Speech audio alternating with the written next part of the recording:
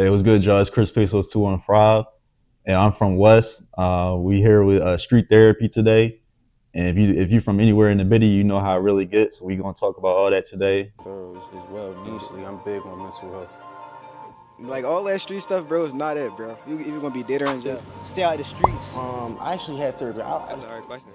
Ask about your kids' mental health. Yeah, I had therapy. Like, I feel like therapy is like, I don't know, like top 10 important. Cause they be trying to think we gangsters, but like I just like the color black. Get a job, take care of yourself. Positive and keep yourself from being incarcerated, because the prison system is nothing but the modern day slavery.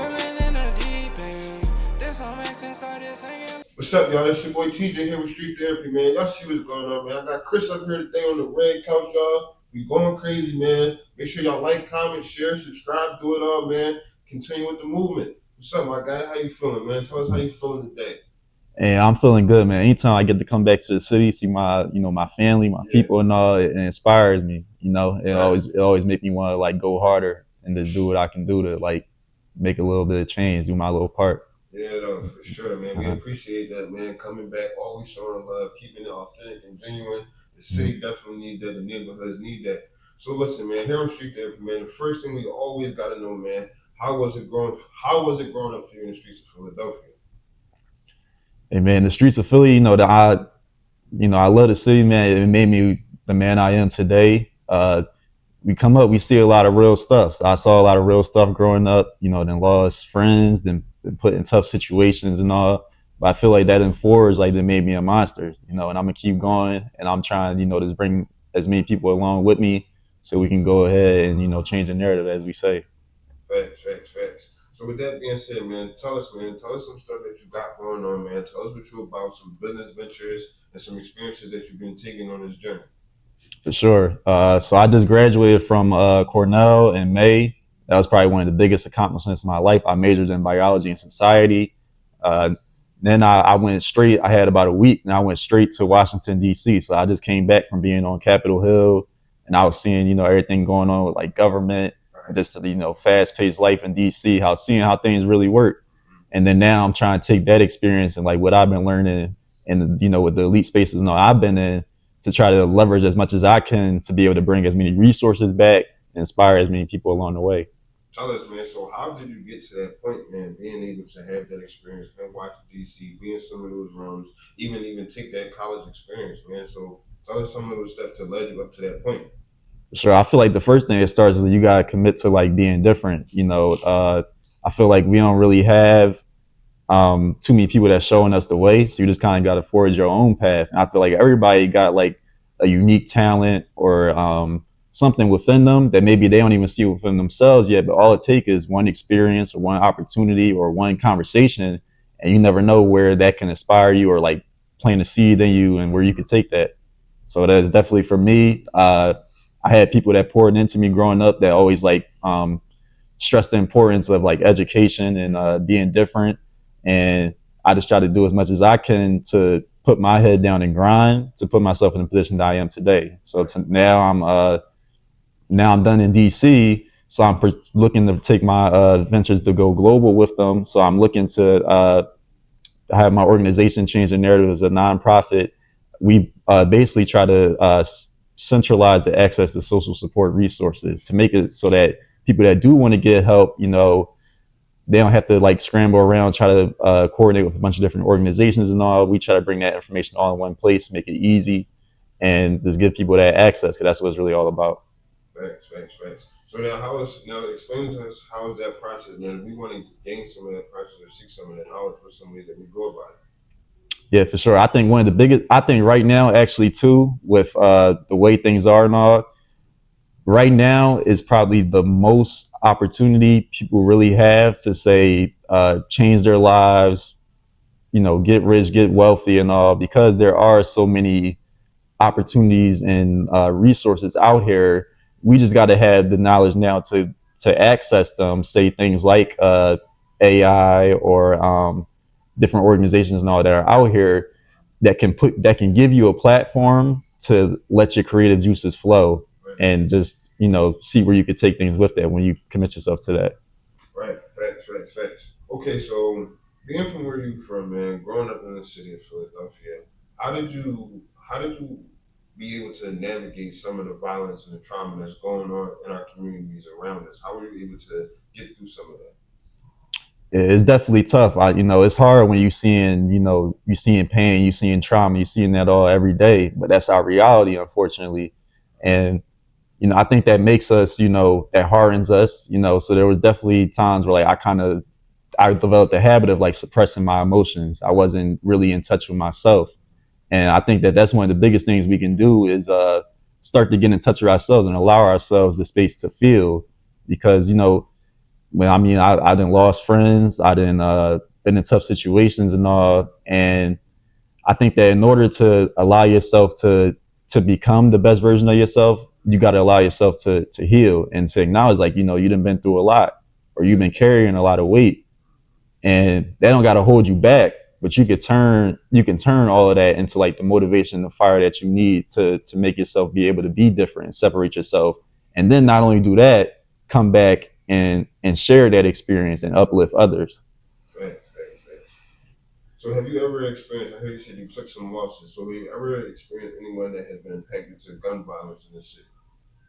Definitely. I mean, unfortunately, there was a stretch when I was in like high school where unfortunately I lost about 5 people in the span of 2 years. And one of the closest ones when I was going into my freshman year of high school was Tyre Barnes. He unfortunately he was shot and killed in my neighborhood. Coming from like a basketball game, and that really had a toll on me because he was one of my childhood friends. And I used to see him like he knew my parents and all. He used to come through the house sometimes. I seen him walk his little sister to school and all every day. And he was a genuinely good dude too. But like, a lot of us, a lot of good dudes out here that get caught up in it, and just seeing him, how he lost his life. And unfortunately it was like around like it actually happened on my birthday, and it was just sad. And I knew from that day, I was like, I got to do something. I got to be different. I already kind of had it in my mind, but that was definitely like one of the turning points of like, I got to put my head down and grind so that I could like honor guys like him that didn't get the chance to live out their lives fully and all, because he had so much talent and so much potential. And just to see that he wasn't able to like grow up and like bring that all to life, it really put, it was painful to see that. But I didn't turn that into like motivation and all. So he's definitely somebody I think about a lot. I think about his family a lot. I think about other people too, and just try to channel all of that to do what I do. Right.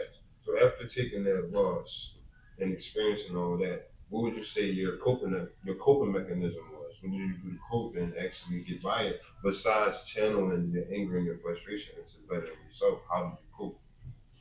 Yeah, that's the thing. Honestly, didn't really cope. You know what I mean? Like that's back to again what I was saying. Like I feel like a lot of us we suppress things and we harden ourselves.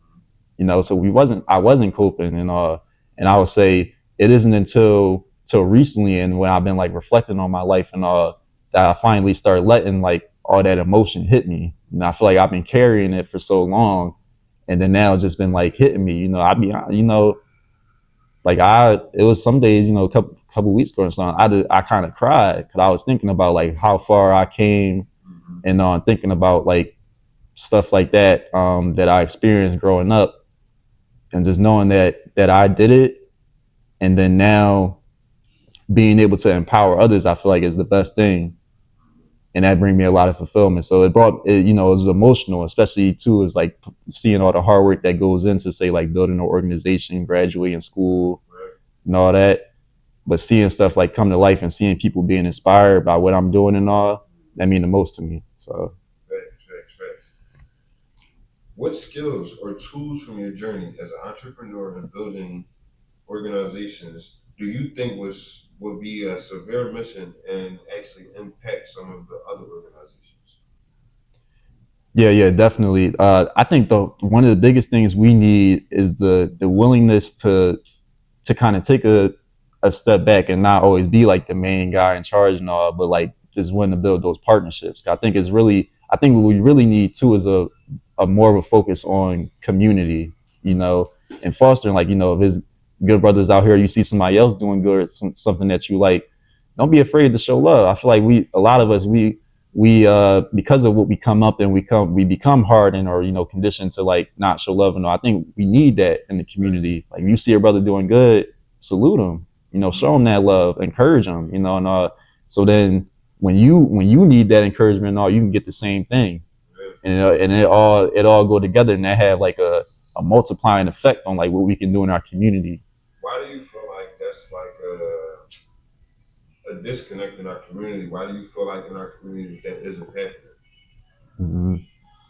Yeah, I think a lot of it doesn't happen because I mean it is like some real like blood that's been shed, stuff that's been going on for years, and it's hard to say to tell somebody to like look past that and when they didn't really lost somebody, you know what I mean, or they really been through it. It's hard. I think we do have to realize that on either side that we're like resorting to violence or like hurting each other and is not going to do anything that's going to make either of us better. You know what I mean? Like we gotta be able to say, look and see, like, all right, I need to heal. You know what I mean? I need love.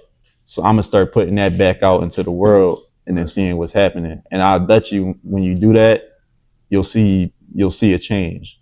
That's definitely going to lead us right to our next question. I like that you said heal. That's one of our words. What does community healing look like to you, and how do you want to be a part of it? Mm-hmm.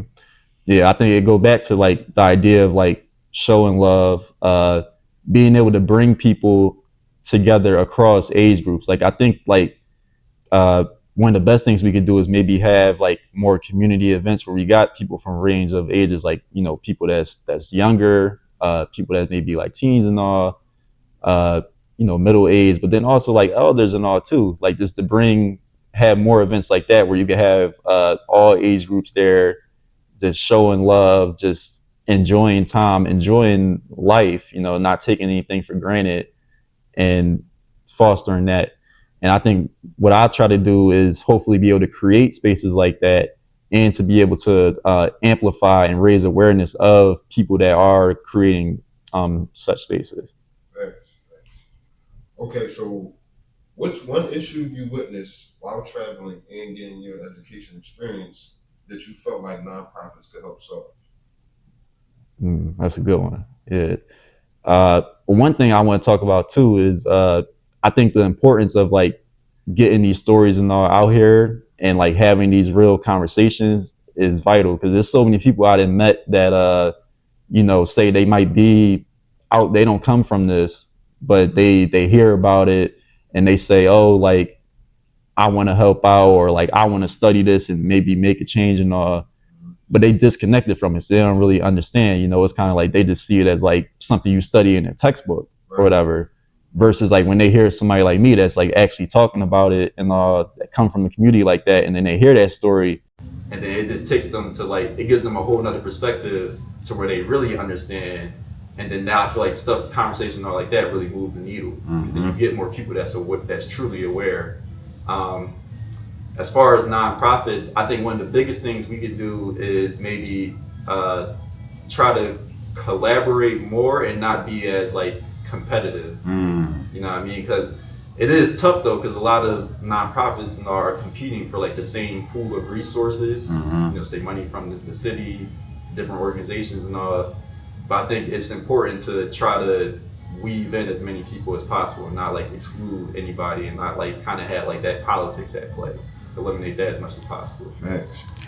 So for some people that don't know what a nonprofit organization is, or some of the work that goes in behind it, or some of the, even some situations people even put passion behind their nonprofits, you know what I'm saying? Can you just give us a small summary or explanation of what a nonprofit organization is for some people that don't even know? They just always hear nonprofit. Not yet, for sure. So like, you have different businesses that you can start. So typically a lot of people with those starters, they'll do like an LLC if they want to have like something where like they're making money. A nonprofit is more so usually like mission focused, and you can get like the 501c3 status, which basically makes it so that all of the like organization your money raises or has like flowing through it will be tax deductible. So then that allows you to have, make your dollar stretch more for like the mission that you're trying to serve. Facts. Now, what's some of the work going behind trying to run an organization? Yeah, it's a lot of work. Honestly, when I was first starting, I didn't really know what I was getting myself into. So, Right. But now I've been getting into it. I mean, it's really, you got to do a lot of, you got to talk to different people. You got to be able to coordinate. You got to be able to set your own schedule. You got to be able to stick to that schedule. I think that's the biggest thing.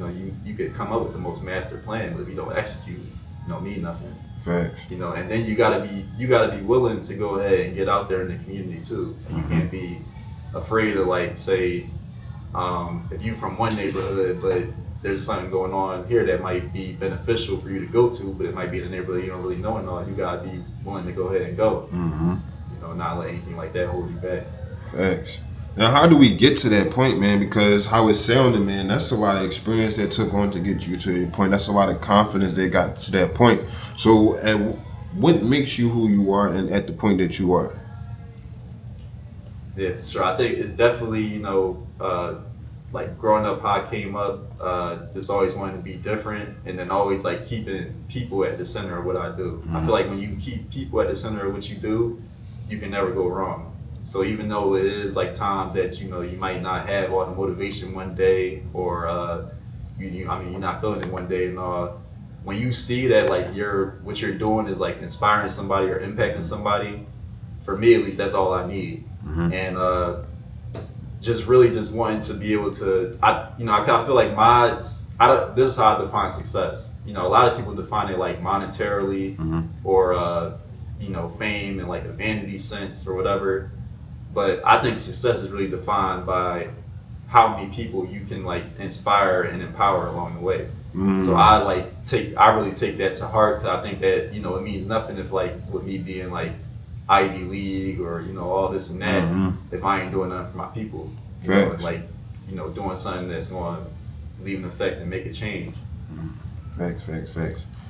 So, being from the communities that we come from and experiencing some of the stuff that we experience in our childhoods and just growing up, some of the traumas and stuff like that, what are some of the biggest needs that you feel like our community need? For sure. I think the biggest one is mental health support. I think a lot of us, like I've been saying, we're taught to be hard. We're taught to suppress our emotions. And it's kind of a necessity in these environments we come up in. But I think we gotta try as much as possible to allow ourselves to feel so that we can heal.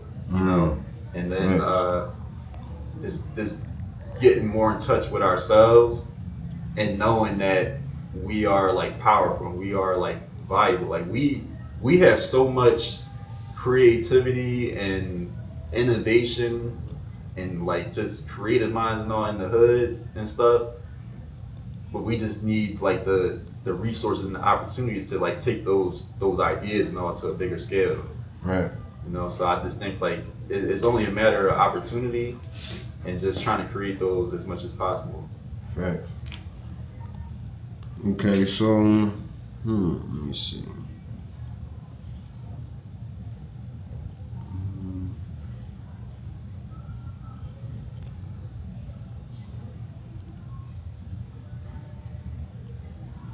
Okay, I'm gonna ask this one. Do you see any overlap between entrepreneurship and nonprofit work? How would you balance profit with purpose? Yeah, great question. This is actually getting to the core of like what I'm trying to do with my life. I'm big on the idea of social entrepreneurship. I think that there's ways that we can incentivize people to do good things for others. You know what I mean? And I think that it's going to take some changes, at the top with our government and all, to like structure things so that those things are incentivized. But I don't think that there's like, say a distinction between like helping people and like also like making money doing well for yourself. And I think that it takes work, but when you're able to do that, not only will you be fulfilled, monetarily, you'll also be fulfilled like in your heart and in your soul. So I think that's the big thing. And that's what I'm trying to promote throughout the city, some other cities across America, and then even on like a global scale too. Facts. All right, so share some experiences with us, man. Growing up in Philly, we always share, bad experiences and things that we go through, man. Share an enlightenment moment that you remember from growing up in Philadelphia. Yeah, I mean, if I'm keeping it a bean, I remember it was one time I was like maybe like 12 or 13, something. I'm coming from the park kind of late at night, and I remember, some boy he tried to like take my bike. Right. Feel me? Like, but, Right. I mean, it was on like some weird shit. Like, it was just kind of out of nowhere. But like, I didn't know if he had something on him, all that, so I just gave it up. Right. I mean, I'm a kid too. I didn't really know what to do. And he just, he kind of rode away for a second, and then I don't know. He kind of looked back, and then he came back. He just, he gave it back. Yeah. Yeah, I mean, it was a bid, but like, Yeah. like looking back when I could laugh at it and but I don't know, Right. it kind of showed me that like a lot of people out here that's like, maybe doing things and all that, deep down, I don't think that's really them. You know what I mean, I think that a lot of people just do certain things because a lot of things is out of fear. You know what I mean? Like if you, I mean, the fear is well warranted. You go out, it's dangerous and all. So you got to be on edge because you don't know if somebody walking down the street, like if they're gonna show you love or they gonna try to take you out. Yeah. You know what I mean? So that's why I'm big on like trying to promote like showing that love, so more people will feel comfortable being themselves and like not feeling like they gotta be so hard or like so ruthless. You know what I mean? Facts. Yo, that's funny, man. Right. So at that point, that's when you realize like it got to be something wrong out this job. It gotta be something. You know what I mean? Like, right. So how has some of that violence in the community impacted you, the way you walk, talk, speak, move, even think? Yeah, I feel like it definitely fostered the vision in me of like changing the narrative and being a living embodiment of that. Because like, experiencing certain things, losing friends, going through stuff like that, what I was talking about and all. Yeah. Like that's part of me, and I'll never sit up here and tell you that I was like the hardest war. Like I was really out there and all, because I chose to be different. Right. You know what I mean? And I feel like now, like that's me. I come home, I still be out there and all that. But then being able to get to like the Ivy League or elite spaces and all, it's like being able to represent that in the biggest spaces. That's important to me. And like making sure that those stories are told and it's told with like authenticity. Because I mean, you meet a lot of people, especially in those spaces and all that, like they kind of cosplaying. Yeah, you can tell. Yeah, you can tell. You know what I mean? I feel like you could always look somebody like in the eyes and see what they really about. What they really from it and stuff. So just showing, like, giving that real representation, like telling them how it really is. You know what I mean? And then just doing what I can do to like make sure that things aren't forgotten. Facts. They're talked about. Now you keep saying like you was big on being different or making that change or being that change. What kept you grounded in that? What kept you disciplined in that? Especially like you said, you from down west, right? Yeah. And well, how old are you? 23. All right, you're 23. We 25. So we damn near grew up all in that same era. That same area of losing people, the temptations of the streets was coming at us all around at that same time. So what kept you grounded and what kept you disciplined on saying, you know what, I'm gonna be different and it's okay to be different and I'm gonna stay grounded because I gotta make the change. What kept you there? Yeah, that great question. I would say part of it was because I was lucky to have like people and all that like around me that advocated, and like I had not just like I thank my parents and all my family, but also like community. Like I had like old heads around that was like really taking care of us. Like they would drop us off. We had football practices, basketball games, all this and that. Like they would take turns like making sure all the kids were straight, like dropping us off, making sure we eat. All that, just keeping us busy. You know what I mean? Keeping our minds like going and growing. You know what I mean? Seeing new things. And I feel like that's vital. That's what I think we need, like, to get back to like that community aspect of stuff, and like making sure it's like really like a village, taking care of these kids. Thanks. All right, man. So if you could give some advice to your younger self, you see your younger self pulling up on the basketball court, walking down to the store or whatever, and you here today, what is some advice that you would give to your younger self? Biggest thing I would say to myself is don't feel like you gotta fit in. Like don't feel like you gotta, just cause like you might see everything that's going on around you, feel like you gotta like not be your true self because you want to portray an image of like, oh, you being hard or like you not soft or you not sweet or nothing like that. Like just go ahead and be yourself and don't be afraid to like chase your passions and let that show. You never know where that can take you. Facts, man. So look, man, tell us some shit that you got coming up, man. Some up and coming moves you've been making, anything, man. Tell us some noise you've been making, whatever you got coming up, whatever's in the making, give it to us, man. Yeah, for sure. So like, I got looking to host through Change the Narrative, host a community wellness event Labor Day weekend. Want to be able to, I'll be speaking and then also be able to have like a yoga session. 'Cause I think I'm big on like holistic wellness, mind, body, and spirit, and getting active and doing something fun. Something I enjoy, and I think it a lot of other people enjoy too, to be able to share that, and then just have a space where like we could kind of let our guard down a little bit and just enjoy time. So hopefully be able to like just have some basketballs around, shoot around, have some snacks and stuff, just kick shit. You know what I mean? And then also, too, I'm looking to be able to study abroad. So I'll looking to be able to head over to London and study. I'll be at Queen Mary University of London. The program I'm studying is the history of political thought and intellectual history, and it's joint. The degree I'll get is jointly conferred by University College of London, and basically I just wanted to study, given like my experience and then like seeing what everything is going on in our government and all right now, wanted to really study the history so then I can have a basis and all and know kind of how to guide the way forward. Thanks.